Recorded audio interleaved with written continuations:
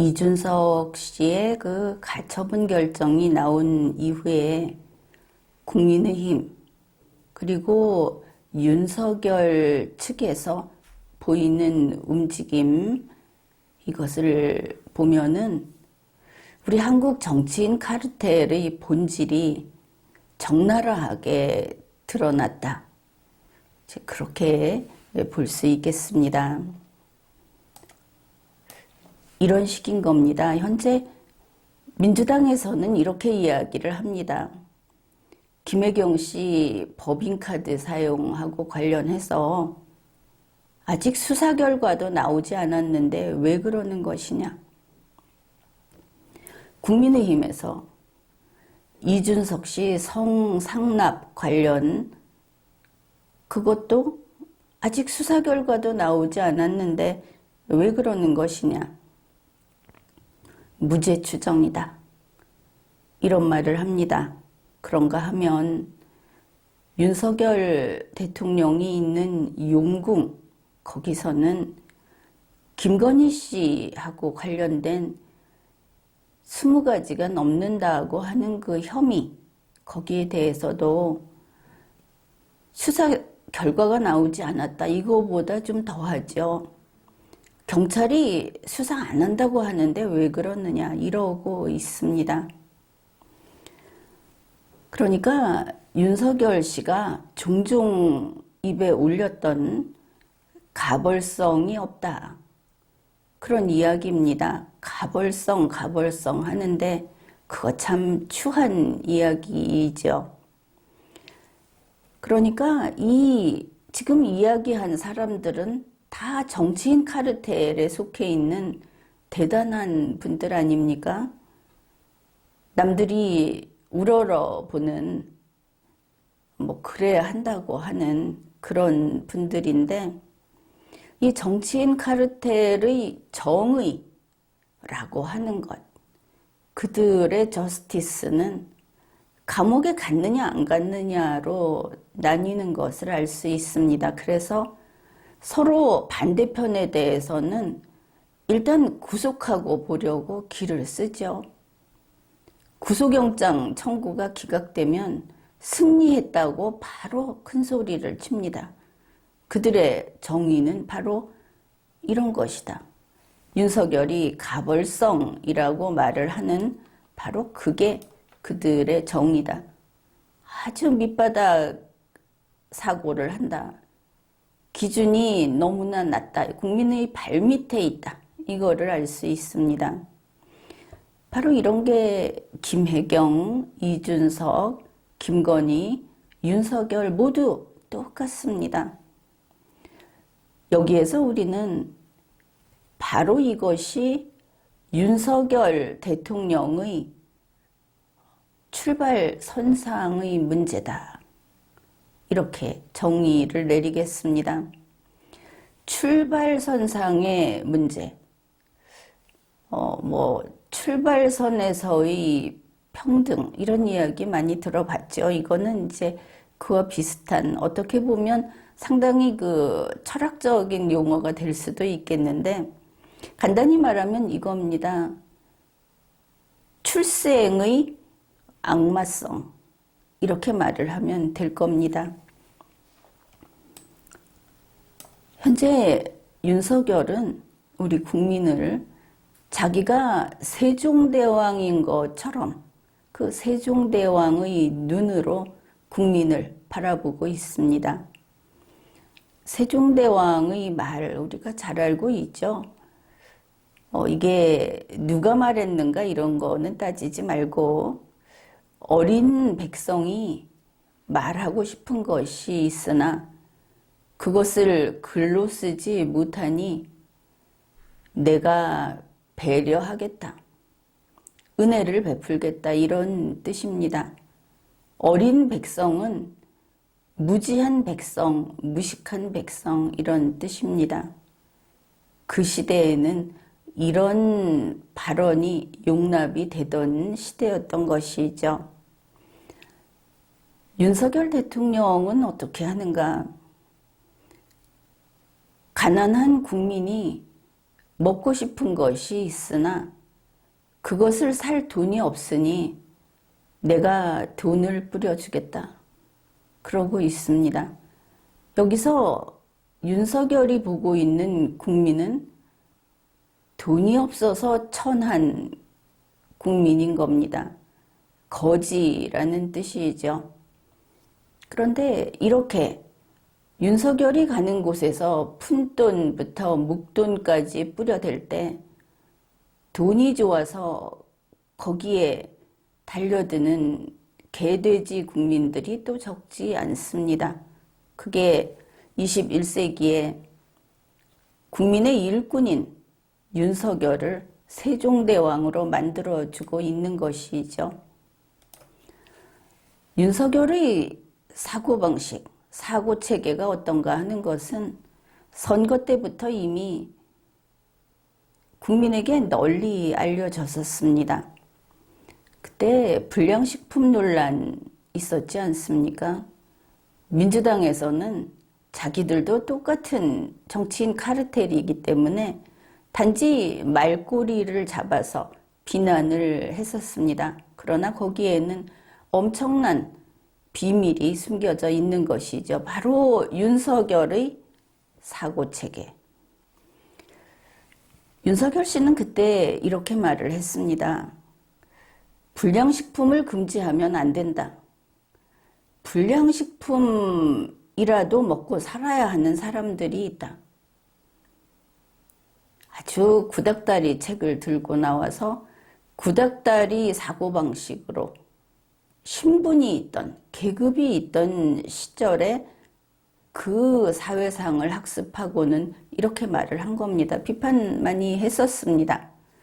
자, 그게 무슨 뜻인지 여러분 상세히 분명하게 알고 있습니까?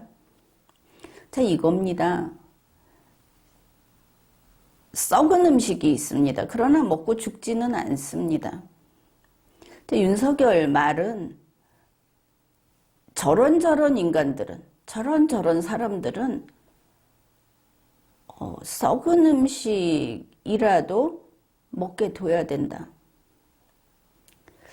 뭐 그게 썩지 않은 정도의 불량식품이라면 뭐 당연히 먹게 둬야 된다.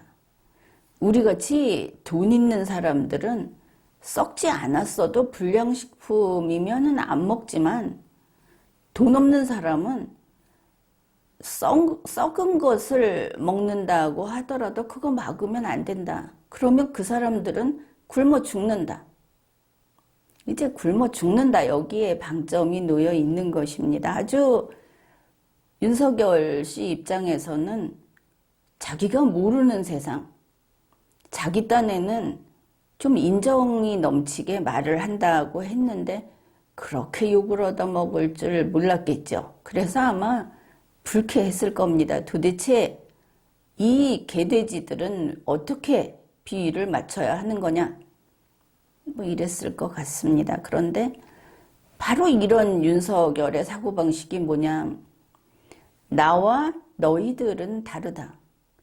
너희는 너희들 식으로 사는데 내가 그거 존중해 줄게. 이겁니다. 그래, 썩은 거 많이 먹어. 내 썩은 거 많이 먹게 해줄게. 금지 안 할게. 여기에서 그 기준이 무엇입니까? 돈과 물질입니다. 이것을 천민자본주의라고 하는 겁니다. 그러면 돈에 탐닉하는 윤석열은 저게 바로 우파 자본주의구나 이러면 완전히 틀린 겁니다. 100% 틀린 겁니다.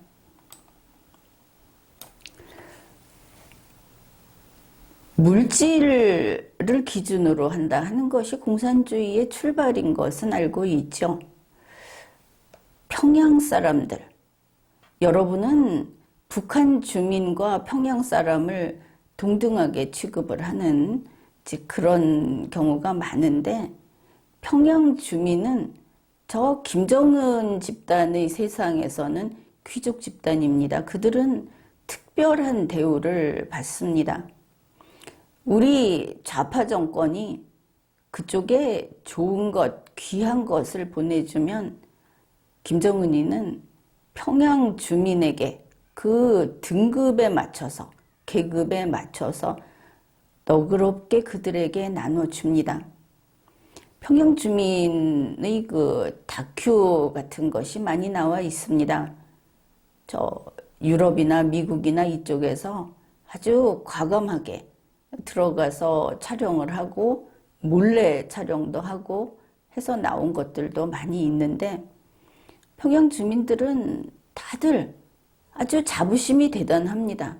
그러면서 직접 이야기를 합니다. 평양 주민과 나머지 인민들은 다르다. 평양 주민에게는 특별한 충성 의무가 있다. 김정은이는 평양 주민을 위하여, 평양 주민은 김정은이를 위하여라는 이게 아주 단단하게 맺어져 있는 그런 집단입니다. 이런 면에서 윤석열이 자기들의 그 정치인 카르텔, 그 안에 있는 사람들을 평양 주민으로서, 이게 민주당도 똑같습니다. 그렇게 취급을 하면서 우리와 너희들은 다르다 라고 하는 그것은 천민 자본주의이고, 이러한 윤석열의 천민 자본주의는 김정은 체제를 부정하지 않습니다. 따라서 윤석열의 천민 자본주의는 우파의 자본주의가 아닌 것입니다. 윤석열은 여러분과 다른 존재입니다. 적어도 윤석열의 사고 체계에 따르면 분명히 그렇게 보입니다. 그래서 얼마 전에 그런 이야기가 있었지 않습니까? 공무원들이 아니 대통령 자신은 저렇게 호사를 누리면서 우리 공무원들 보고 허리띠를 졸라매라고 하면 어떻게 하느냐? 이거 공무원들이 나쁜 겁니다. 윤석열과 그들 집단에서 볼 때는 어디서 감히 윤석열하고 맘먹겠다고 하느냐. 윤석열과 나머지 국민들은 다르다. 나와 너는 같은 인간이 아니다. 그래서 윤석열이 하는 말이 좀 안 맞는 것 같이 느껴질 때가 있을 겁니다. 너희들 이제 좀 적게 먹어. 집도 줄여. 막 이렇게 이야기하는데 자기는 집을 2채, 3채 늘리고 있죠. 윤석열 대통령은 대통령이기 때문에 쓸 수 있는 건축물이 있지 않습니까? 우리가 대통령 청사라고 해보면 윤석열은 대통령 청사를 3개 갖고 있습니다. 하나는 용산에 있는 용궁, 또 하나는 원래 대통령인 공무원이 쓸 수 있게 해주었던 청와대. 청와대는 이제 용궁의 부설공원이 되고 말기는 했습니다. 그런데 청와대가 왜 윤석열 거냐? 왜 윤석열이 쓰고 있느냐? 그거는 현재 청와대 관리권을 윤석열의 용궁에 행사하고 있습니다. 본인이 청와대 싫다 해서 용궁으로 갔으면 다른 데는 일체 손을 대면 안 되는 것이죠. 그런데 용궁은 용궁대로 차지하고 청와대 거기에 팔 뻗쳐갖고 지금 청와대 관리하고 있습니다. 그 수입도 챙기겠다고 하지 않습니까? 또 하나는 세종시입니다. 세종시의 대통령 집무실을 또 두겠다. 지금 안 그래도 있기는 있죠. 그런데 제대로 두겠다고 합니다. 이러면 대통령 집무실을 3개 가지고 있습니다. 과거에 왕이나 황제처럼 여름궁전, 피서궁전, 겨울궁전 이렇게 두겠다는 거냐? 도대체 부동산을 하나씩 자기 거로 챙기면 그 재미에 사는 거냐? 이거 잘못된 것이죠. 3개나 차지하고 있습니다. 그런데 윤석열은 이게 잘못됐다고 생각하지 않을 거라고 봅니다. 현재 보면 윤석열 사저 이러면서 아크로비스타 전체를 사저로 쓰고 있습니다. 거기 경호를 아크로비스타 전체를 아니 집합 건물에서 호수 1개만 자기네가 소유하고 있으면서 그 건물 전체를 다 세금으로 경호하고 있습니다. 거기는 그냥 지금 왕의 그 침실이 된 것이죠. 이게 신종 알박기다. 뭐 곧 한남동 간다고 하기는 합니다.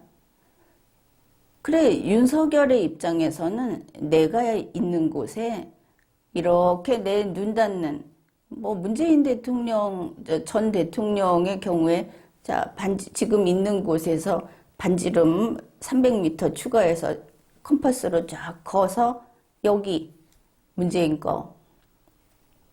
윤석열 자기 자신도 그러고 싶을 겁니다. 그러니 마을 전체가 자기 사저로 취급되는 거 당연한 겁니다.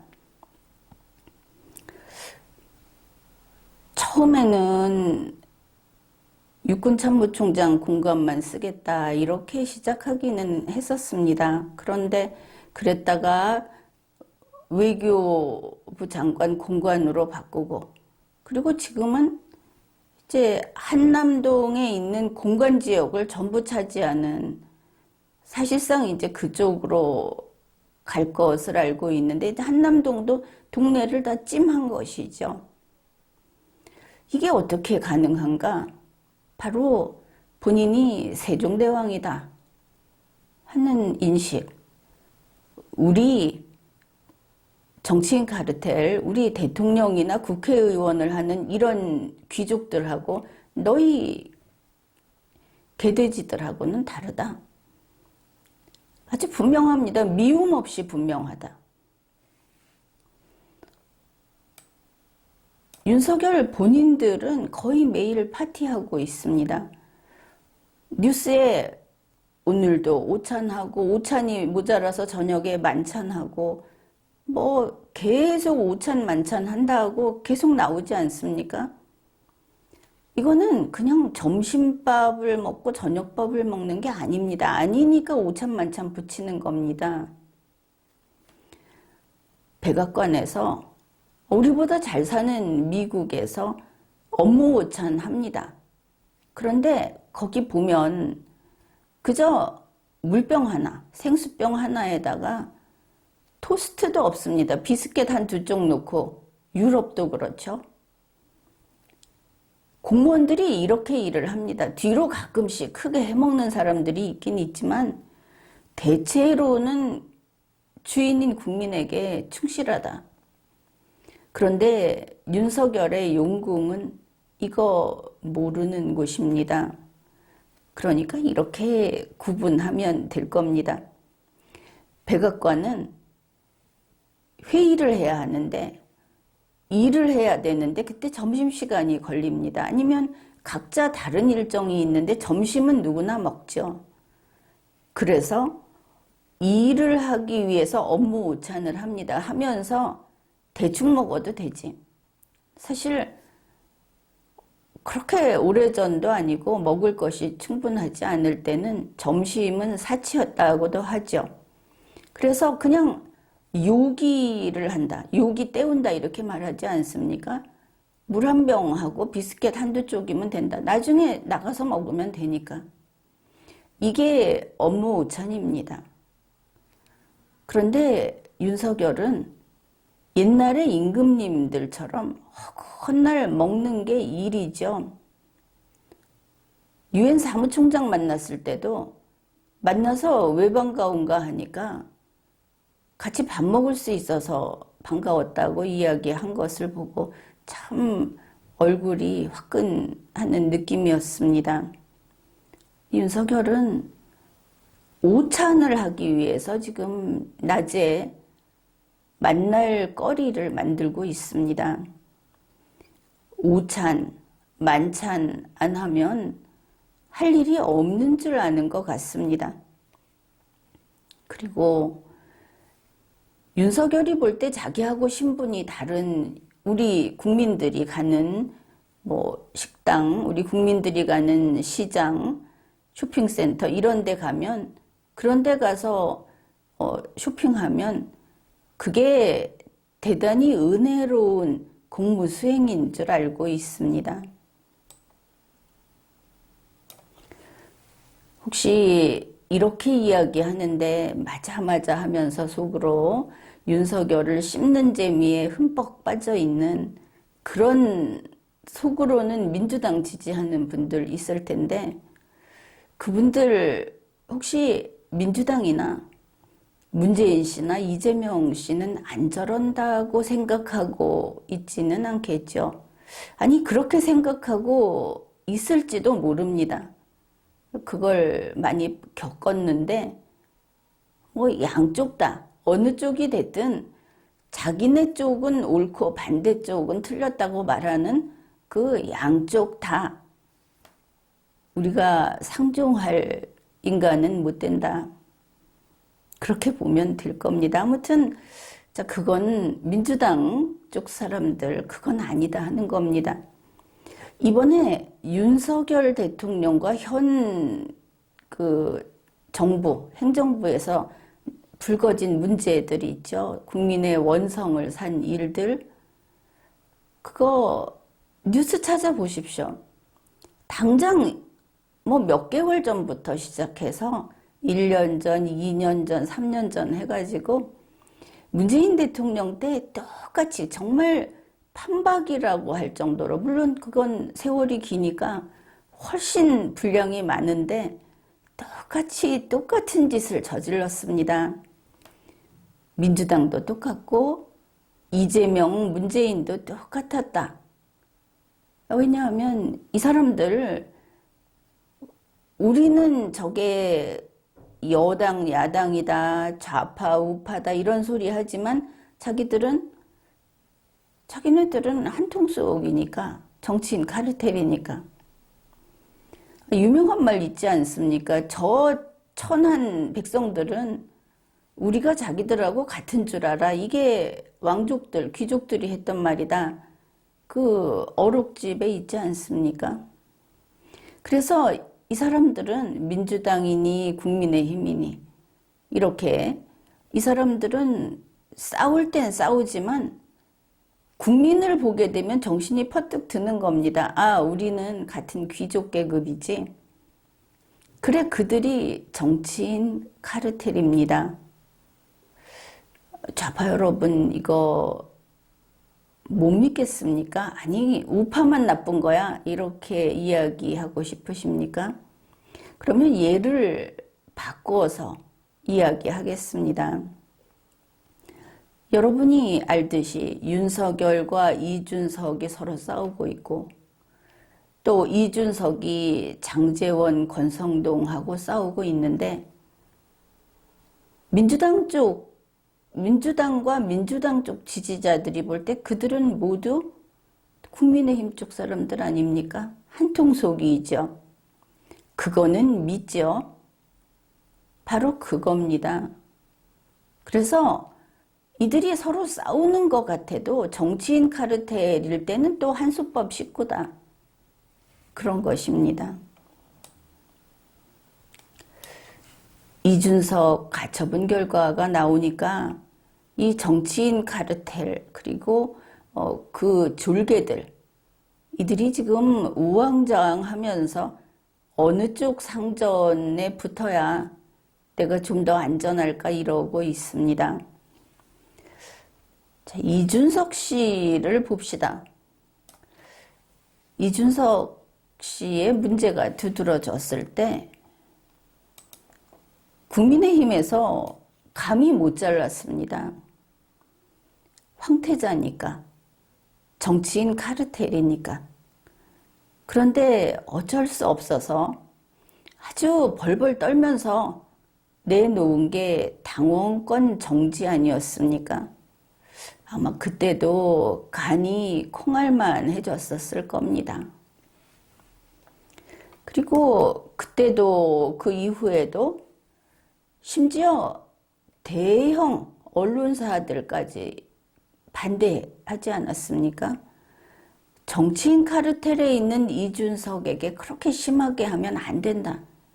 이 말이 청년의 꿈, 청년 영웅 이준석한테 그러면 안 된다고 했던 바로 그 소린 겁니다.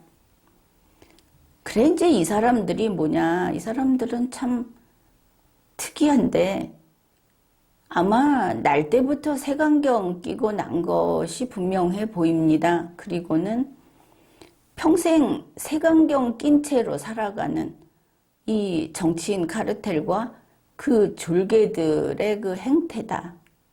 이렇게 보면 되겠습니다. 이 사람들은 윤석열, 당연히 윤석열, 이준석, 이 정치인 카르텔에 있는 사람들과 그들의 졸개들, 그들은 국민 여러분을 결코 나라의 주인으로 여기지 않습니다. 왜냐? 사실을 보자면 아직 이 대한민국은 자유민주주의가 전 국민, 정치인 카르텔을 포함한 한 명 한 명에게 체감되는 단계에 이르지 못한 것을 알 수 있습니다. 문재인이 국민이 체감하게 하라, 윤석열이 국민이 체감하게 하라 하는 것들이 있었죠. 이제 우리가 이야기를 하자면 자유민주주의를 국민이 체감하지 못하고 정치인 카르텔과 그 졸개들이 체감하지 못한다. 체감하게 하라. 이제 우리가 이렇게 말을 해야 하는 그런 상황이 됐습니다. 선진국은 모두 체감하는 단계에는 올라섰습니다. 아직 우리나라가 그럴까? 그런데 여러분 가운데 여기에 이제 별의별 그 지향하는 바들이 다르고 한 다양한 그런 사람들이 있다고 할 때 여러분 가운데도 정치인 카르텔의 졸개가 되는 그런 꿈, 그런 포부를 지닌 사람들이 있지 않습니까? 답변은 하지 않아도 좋습니다. 우리나라가 어쩌다 이렇게 되었는가? 그것은 우리나라는 1948년에 건국하고 빠르게 자유민주주의라는 것을 학습하면서 성장을 계속했습니다. 자유경제 질서도 같이 성장했습니다. 그런데 지금으로부터 약 30여 년 전 확실히 뒷걸음치기 시작한 것은 바로 그때다.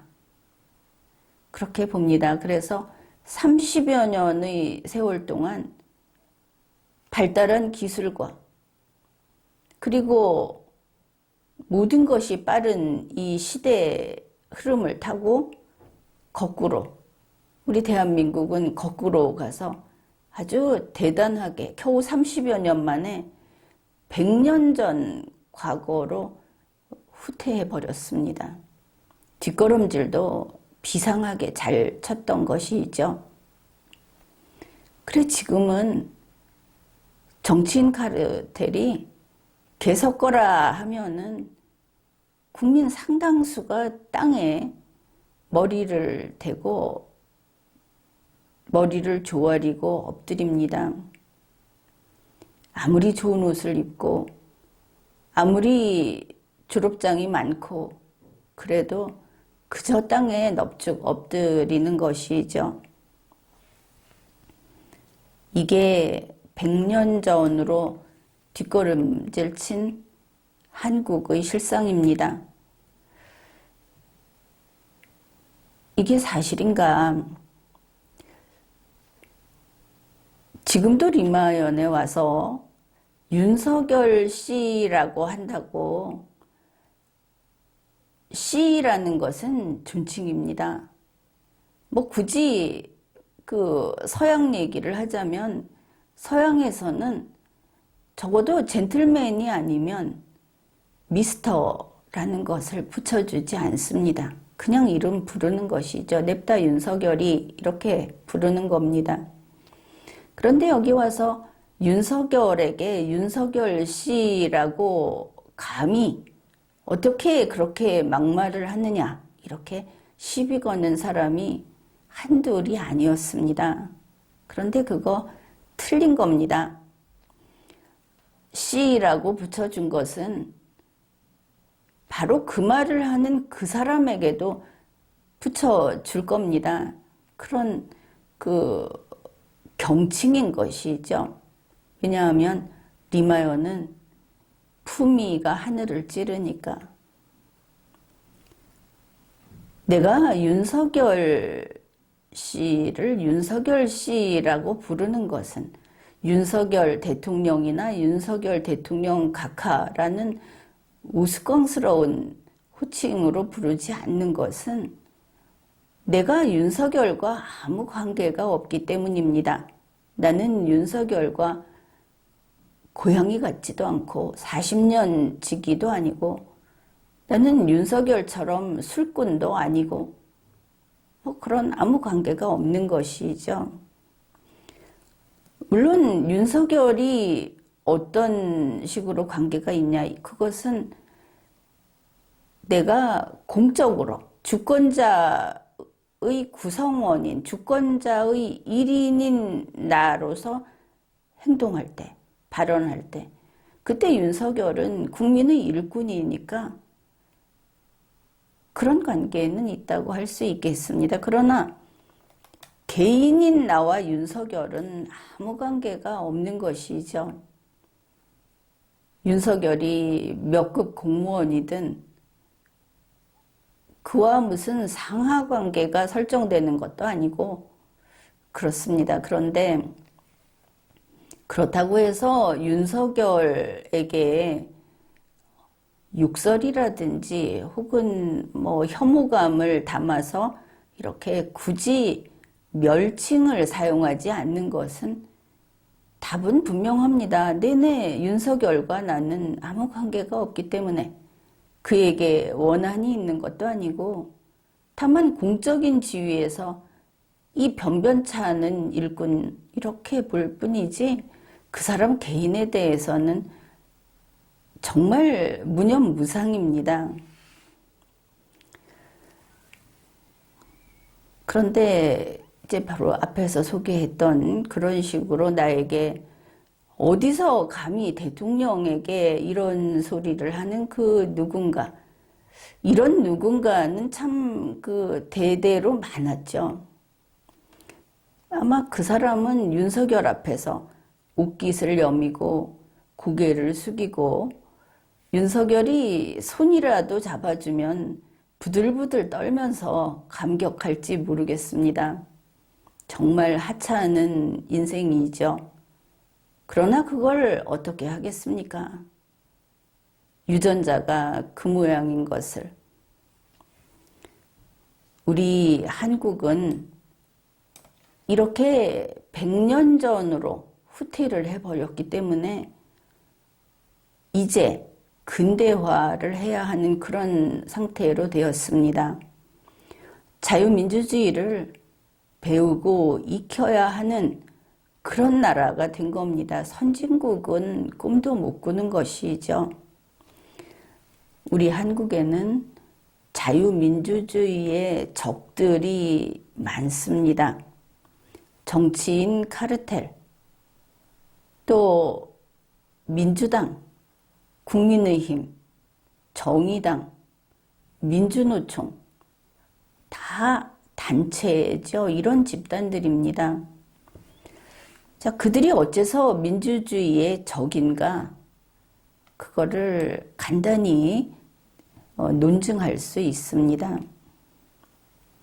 자, 이런 것입니다.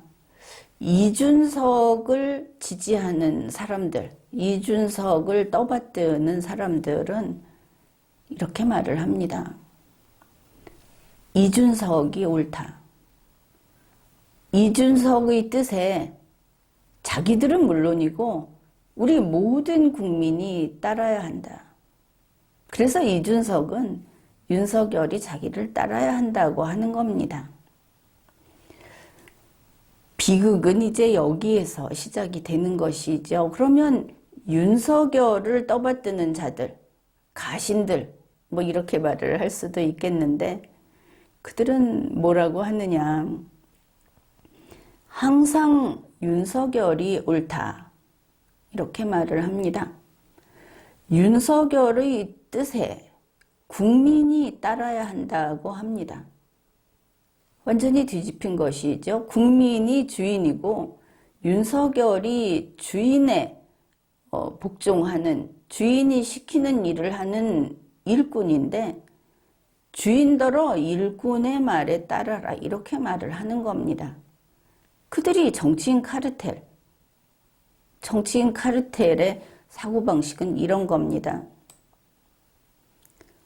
그러면 이재명은 어떤가? 이재명 편은 항상 이재명이 옳고 국민 여러분은 이재명을 따라야 한다.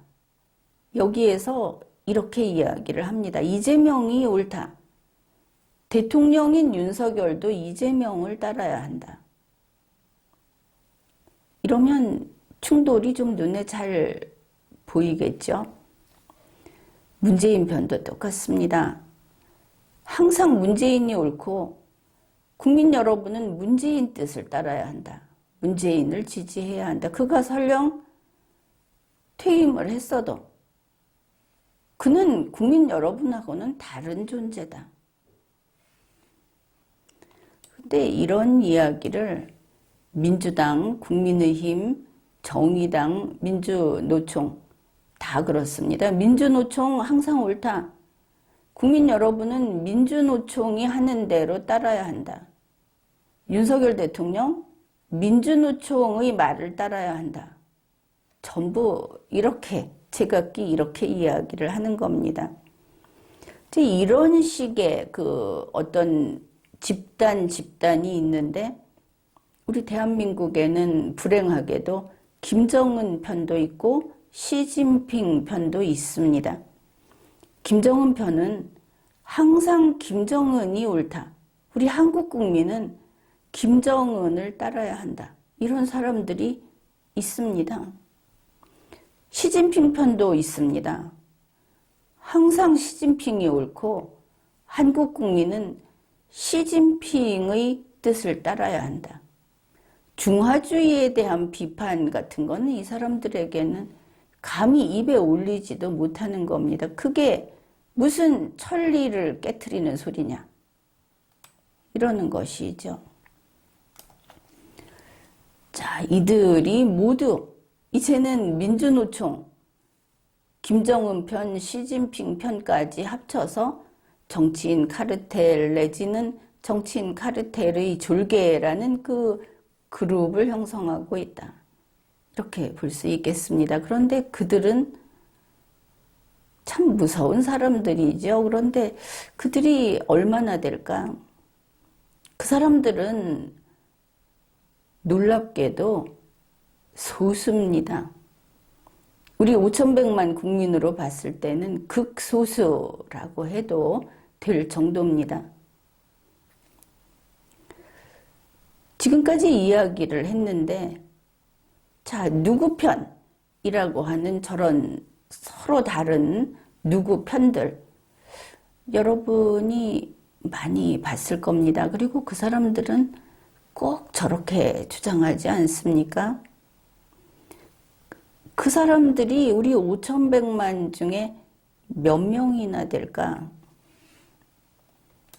한번 헤아려 봅시다. 어느 게시판에 글을 썼던 사람 한 명, 어느 신문에 저런 주장을 썼던 사람 한 명, 어떤 방송에 나와서 저런 이야기를 했던 사람 한 명. 자, 이렇게 한 명, 한 명 헤아려 봅시다. 얼마 안 됩니다. 그저 앞에 나와서 설치는 자들이 전부인 겁니다. 과연 그들이 참 센 것 같고, 그들이 참 많은 것 같고, 그래서 그들의 힘이 두려운 것 같다고 생각했던 그 모든 생각을 이제 내버리십시오. 그들은 몇 안 된다. 이거는 당연한 겁니다. 학생들이 그 학급이 있죠. 한 학급에서 반장은 한 명입니다. 임원은 기껏해야 몇 명입니다. 어느 학급에서 임원이 그 반 전체 학생 수 가운데 반을 넘는 경우를 보았습니까? 바로 그런 원리인 겁니다. 저들은 소수일 수밖에 없고 실제로 소수인 것이죠. 누구 편이 와서 여러분에게 당신은 왜 누구 편이 아니냐 이러면서 행악을 했던 그런 경험을 나름대로 했을 것이고 그런 사람들을 몇 차례씩은 봤을 겁니다. 바로 이게 여러분 모두가 보고 겪었던 그 악인 겁니다. 악마성이 바로 그런 데 있는 것이죠. 그러면 그들이 혹시 옳은 것은 아닐까? 그것은 그렇지 않습니다. 윤석열이 선심 쓰듯이 시장에 가서 그저 척척 주면서 돈 주면서 물건을 샀는데 그렇게 쓰는 장보는 돈. 윤석열이 매일 출근 퇴근하는데 왜 그 인간을 출퇴근시키는데 우리 국민이 그 돈을 들여야 하는지는 모르겠지만 아무튼 그 사람이 한번 출근 퇴근할 때 들어가는 비용, 써 없애는 에너지, 공간을 점거해서 남들이 쓸 수 없게 만드는 그런 대량 소비. 그 다음에 윤석열이 이 사람 저 사람 혹은 이 지역 저 지역 이렇게 찍어서 주는 지원금. 이게 다 누구 돈이냐? 어떤 누구 편이 아닌 우리 전체 국민의 돈입니다. 누구 편이 아닌 전체 국민. 그저 아무의 편도 아닌 우리 전체 국민이 왜 저런 소수를 상전으로 받들고 복종하고 먹여 살려야 하는 것입니까? 민주당, 국민의힘, 정의당, 민주노총, 윤석열, 김건희, 이재명, 김혜경, 문재인, 김정숙, 이준석, 권성동 헤아려 보면 그게 소수긴 하지만 너무 많지 않습니까?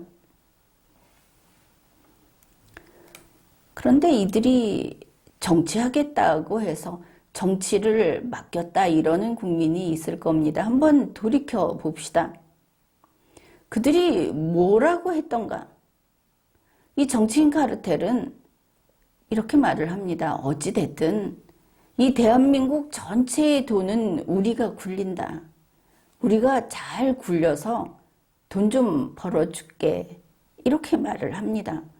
정권 잡고 하겠다는 소리가 바로 이런 소리였던 것입니다. 그런데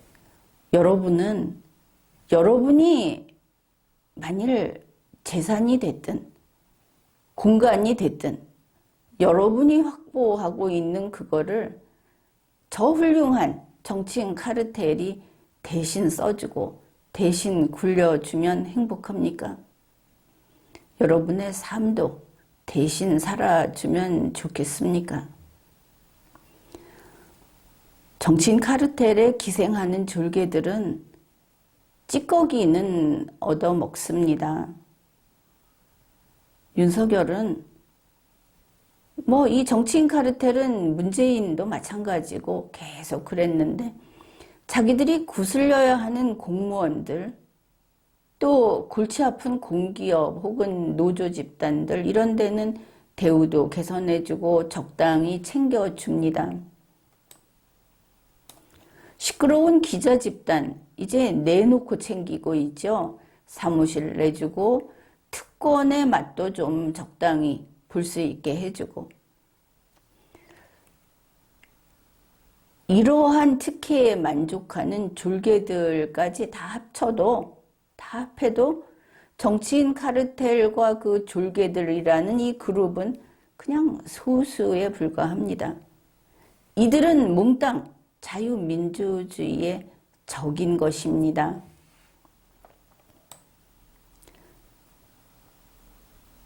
매번 정치인 카르텔은 자기들이 국민의 대리인 역할을 자처하면서 국회의원 그러지 않습니까? 당신들이 나한테 맡겼잖아. 그러니까 내 맘대로 할게. 윤석열, 국민이 나한테 맡겼잖아. 그러니 내 맘대로 할게. 이러고 있죠. 그렇게 대리인이다 이러면서 국민의 재산을, 국부를 대리 처분하는데 윤석열은 주로 먹고 마시고 사치하고 부동산 점거하고 이러면서 써치우고 있습니다.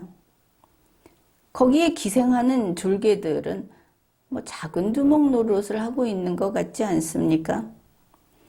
우리가 살펴본 바로 이러한 것들이 정치인 카르텔의 근본적인 해악입니다. 그러면 이런 세상에서 우리 국민은 어떻게 해야 하는가? 원칙으로 돌아가야 합니다. 소수인 일꾼이 전 국민에게 복종해야 옳은 겁니다. 그것이 자유민주주의입니다. 이게 뒤집혔다 하는 것을 여러분이 인식하는 것, 거기에서 시작해야 하겠습니다. 우리 국민이 이제 제자리로 본분을 깨닫고 국민에게 충성하게 이 일꾼들을 제자리로 돌려보내야 하는데 그 대상은 정치인 카르텔이고 정치인 카르텔이 그 뿌리가 묻혀있는 그 배경은 바로 정당입니다. 이 정당도 제자리로 돌려보내야 하는 겁니다.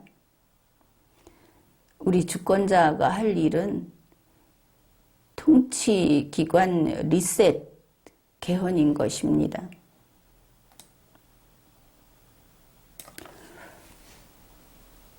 여러분은 그러면 무엇을 해야 하겠느냐? 어떻게 시작을 하고 어디부터 손을 대야 하겠느냐 이렇게 생각하는 분들이 있을 겁니다. 우선 쉬운 것부터 합시다. 국회의원 단임제 활동부터 시작하자. 이것은 대단히 매력적이고 파워풀한 그런 화두가 될 겁니다. 세상을 바꿀 겁니다. 국회의원 단임제라고 하는 것은 그런 신비로운 힘을 지니고 있는 그런 어구이기도 합니다. 이걸 하기 위해서 여러분이 모여야 하는 겁니다.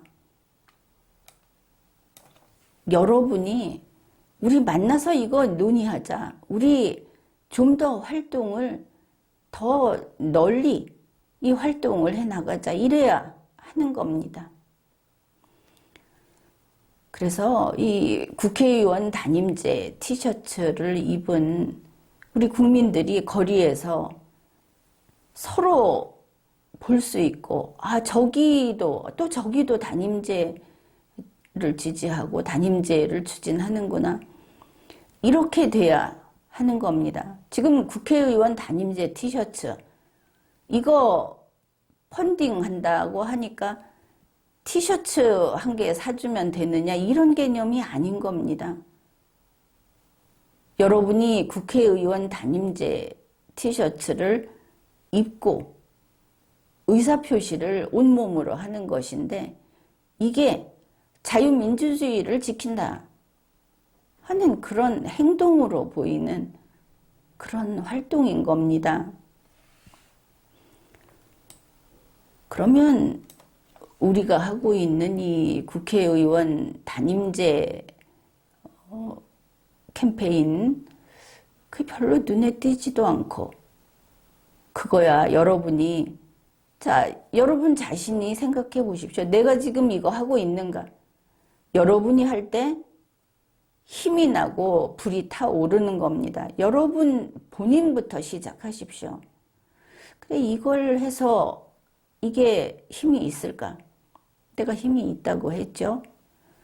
우리가 지금 가는 길은 승리의 길입니다.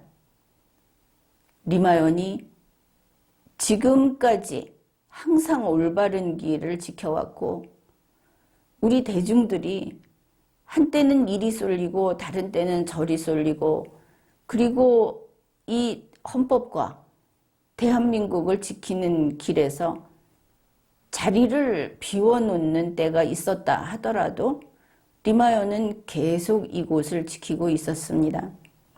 그러니 여러분 중에 여기를 떠났다가 돌아오는 분들도 돌아오니 집이 그대로 있다, 이걸 확인할 수 있는 것 아닙니까?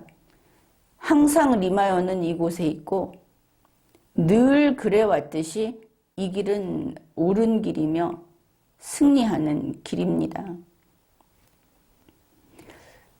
시대적으로 지금 우리는 바로 이렇게 통치기관 리셋 개헌을 함으로써 자유민주주의를 거대하게 튼튼하게 이 땅에 쾅 하고 뿌리 내리게 해야 하는 그런 때를 지금 맞이하고 있는 겁니다. 예를 들면 이렇습니다. 지금 한국은 미국의 70년대 그 정도에 지금 이르러 있습니다. 우리가 하려는 이 시대적인 분위기를 이야기하는 겁니다. 1970년대 미국을 그 무렵부터 이렇게 보게 되면 폭력적인 강성 노조가 무너집니다. 우리는 아직도 이게 횡행하고 있죠. 그게 무너질 때가 됐습니다.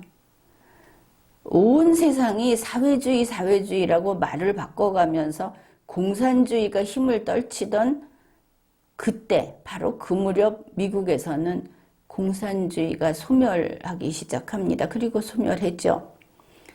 그러한 70년대가 지금 우리 앞에 있는 겁니다. 정치인 카르텔이 붕괴하는 것도 바로 코앞에 있습니다. 그러면 이 모든 것을 가능하게 하는 것은 무엇이냐? 그건 바로 여러분입니다. 우리 국민입니다. 대한민국 헌법이 주권자라고 새겨놓은 바로 우리 전체 국민인 것입니다. 우리가 모두 다시 일어서야 합니다.